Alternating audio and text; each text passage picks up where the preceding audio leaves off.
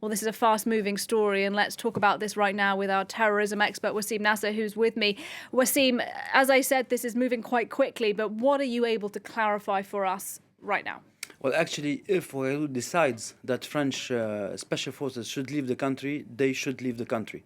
That's the contract between France and the former or formerst government of Burkina Faso. The thing is that according to French official sources, nothing have been yet received, so they are not bound to react to any press information, even though it came from official TV. But the new thing here, which happened a few minutes ago, is that we have a confirmation, an official confirmation from the Burkinabe government, and you will see how things will follow up.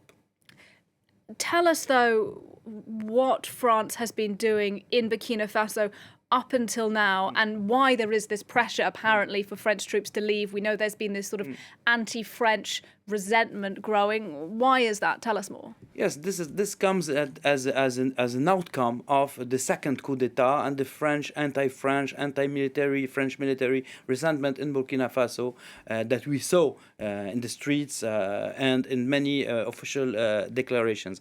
But we have to know that this special forces, Sabre special forces, are present in the country since 2009 in one military barracks, in particular in the outskirts of Ouagadougou, and we will see it on a map. It's called the Cambouanzin barracks. Here it is, and they are present there since 2009, and their presence is framed by the latest accord was signed in 2018. One of the latest operations that targeted those forces was also in a small aerodrome, and we'll see it on a map where French special forces used to stock military hardware in order to operate in Mali, because this force mostly operated in Mali. And here we see the area where they got hit by a bomb.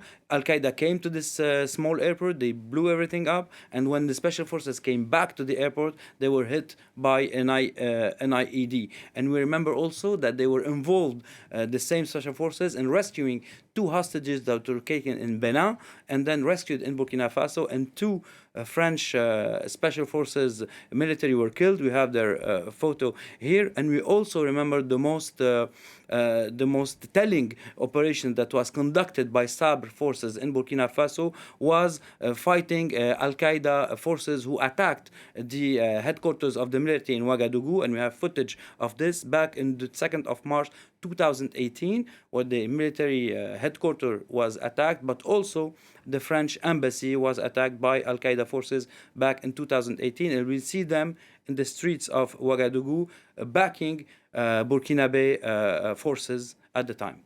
So French troops have been in the region since 2009. They've been fighting terrorist organizations there. So from then until now, I mean, has the security situation improved? What's Burkina Faso like? Well, it didn't, and in Burkina Faso, as in Mali, the situation deteriorated, and we'll have a map where we see the jihadi activity of Al-Qaeda and the Islamic State for the year 2022. So what we see in yellow is Al-Qaeda activity, what we see in green is Islamic State activity, and the small triangles in black are the areas where Al-Qaeda and the Islamic State fought each other on Burkinabe soil. So the map is very telling about the situation. You also have footage of a convoy, a large convoy that tried to break the siege of Djibo in order to get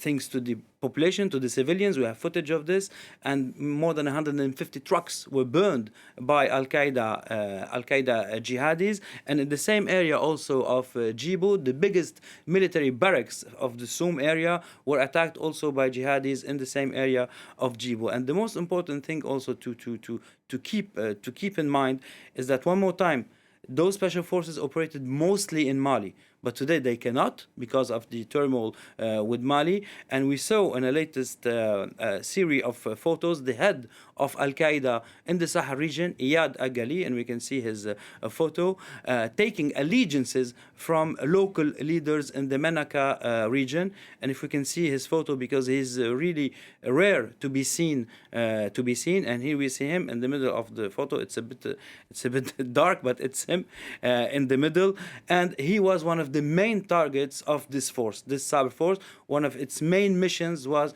to kill, as they say, high-value targets, as Iyad Agali. It was them who killed Drukdel, the head of Al-Qaeda in the Islamic Maghreb, and to save, and one of the other missions is to save hostages. So them not operating will eventually give more space for Al-Qaeda and Islamic State operatives. All right, so we may well see France pulling out within the month, that though not confirmed from Paris just yet. For now, Wassim Nasr, Thank you. Thanks very much.